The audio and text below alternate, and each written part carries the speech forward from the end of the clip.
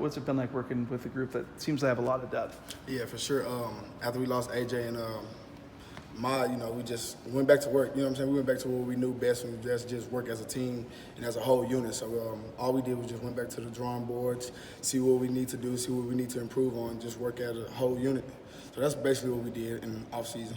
What makes it exciting is being able to trot out so many different guys and so many different combinations. I mean, I feel like the receiver group is so packed. It's just like everybody can do everything. So it's just a competition every day, day in and day out. So we just push each other every day to get better and make that play, so we can fill in those spots that we lost, like AJ and Sean, things like that. Last year there were a lot of guys in the receiver room that hadn't had a whole lot of experience. You had an experienced quarterback. This year it's flipped. Yeah. There's a lot of really experienced receivers and a new quarterback. So how can you guys help them become better? I mean, basically, we just try to catch everything they throw our way just to help our new quarterback. We don't know who that guy is yet, but whoever that guy is, I'm pretty sure coach is going to pick the right person who they think should replace Brett. And I just feel like as a receiver, you should just try to help your quarterback the best way you can, whether that's catch the tough catches, catch the overthrown balls, which, it just that's what comes with territory. It's switching over from a 4-year starter to a new quarterback. That's what comes with territory. At the end of last year, you spoke so highly of Brett and his leadership and the way he goes about it. How did he leave a lasting impact on you, and has he changed the way you maybe approaching things at all? Yeah, just the way he attacked practice. He attacked practice like he attacked the game. So that's one thing I've been trying to do for practice. And shout out to Brett for throwing his NFL touchdown as well. But that's one thing that Brett did well is he attacked practice like a game. So that mentality right there itself, just like I try to put that in my game as well. Like, okay, third down, let's make this catch. Even though nobody's in the stands, you treat it like everybody's watching. So that's one thing I got from Brett, that he attacked practice just like a game. It seems like you also maybe try to help out the younger guys too now. How much time are you spending with them? So after practice, after film and things like that, I'll tell those guys to stay. Let's watch a little bit more. Let's see what we could do better or something like that. Something that coaches may not have time to cover. I try to cover it with them and stuff like that. I tell them just like I tell them the same thing. Like, help me with my game so I can help you with your game. If you see something, a flaw in my game, tell me. If I see a flaw in your game, I'm gonna tell you. So we just work as a unit.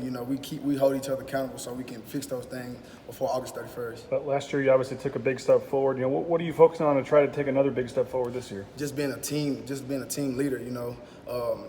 Every receiver can make a play. Just being a team leader, that's my main focus right now. Buying in blue collar mentality and picking up where said Brett, AJ and them left off. They had that mentality. It was like it's all of us or it's none of us. So that's one thing I've been trying to pick up is being an older guy now, you got to pick up more slack, pick up more everything. You got to help the younger guys out. That's what I've been trying to do. I know we talked to you a lot about kind of the third and fourth down catches and stuff, but how did you have such a knack to always, be involved in those kind of plays and coming up with them? Yeah, like I said earlier, it's like every ball counts. I always say that. I always will say that. But every ball counts. You can't treat one ball too lightly than the other one. So whenever the ball comes your way, you just got to make a great catch on it. Saw Cobbs and Bowens with big plays today out there in practice. What have you seen in some of the younger guys coming up behind you? I like that. They stepping up. They filling in those places that we need them to fill in. Cobbs does a great job going up and get the ball, and Billy does a great job stretching the field. So, they all bring a little different to the game, but as a receiver group, we all work together, and it all comes out on the field. It looked like pretty good offense for first day in pads. What have you seen out of the offense? Yeah, it looks real good. One thing I've seen is the O-line helping the young quarterback out. They're giving him a little more time to find us and stuff like that. And then we're just trying to help the quarterback out as well, just getting to our depth, make sure we're at the right place at the right time to help him. I know you're close with Octavius, and obviously it was a tough year for him, but he looks to have it be back to himself so far, at least in the parts that we've seen. What have you seen from him, and how good is it to have him out there? I've seen a lot from Tay, and I'm expecting a lot from Tay myself, but as well as himself as well. So I think Tay's going to do everything that Tay's supposed to do, whether that's coming in and blocking or coming in and scoring a touchdown. Tay's is an exceptional player, and he just haven't got his shot yet, but I feel like when it's Tay time, it's going to be Tay time. We didn't really get a chance to talk to him last year, but how do you handle kind of that? And in some weeks we thought he'd play, and then he wouldn't, and it just seemed to kept nagging him. How was he handling that off the field? I feel like he handled it very well. He encouraged us as well. He didn't get down, and I live with Tay, so it was like I seen it in firsthand. So, he always used to help me out when I come to the sideline. Hey, CT, get your depth on this right. He was never one of those guys where it's like, man, I'm not playing, or it get mad. Tay was always uplifting, helping the other receivers out. So that's one thing I credit Tay for. What does he kind of bring to that group? He's obviously got a little bit of a bigger body, and then, mean, Avery covered him about as good as he can. He Yeah. still made a play in the corner of the end zone today. So what did you kind of bring him? Yeah, that knack for the spectacular. He just got a dog mentality, you know what I'm saying? I think it's just because we're from Texas or something like that, but he got that dog mentality in him, and it's like, when I'm in, like, nobody's better than me, and that's one thing I can tell about Tay. Like, he thinks he's the best, and that's how you should think when you're a receiver. So that's one thing I can say about Tay is, like, you can't stop him. Like, wherever you do, Tay is going to do his best to win that catch or win that block. That's one thing I can't say about Tay.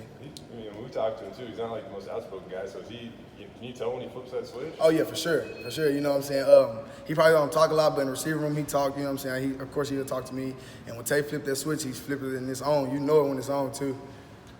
You got to see it in the summer, I'm sure, but to get Chase back out there, obviously it's been a long time since he run the team in practice. What's it been like having him back out there, and did he kind of seamlessly fit right back in? Or I mean, it was real good to see Chase back out there, you know what I'm saying, throwing around, running a little bit, and it just felt great, you know what I'm saying, just to see one of my teammates come back from an injury and then just pick up right where he left off, just like that. So credit to Chase for, you know what I'm saying, working good in rehab and getting back to the field and helping our team out.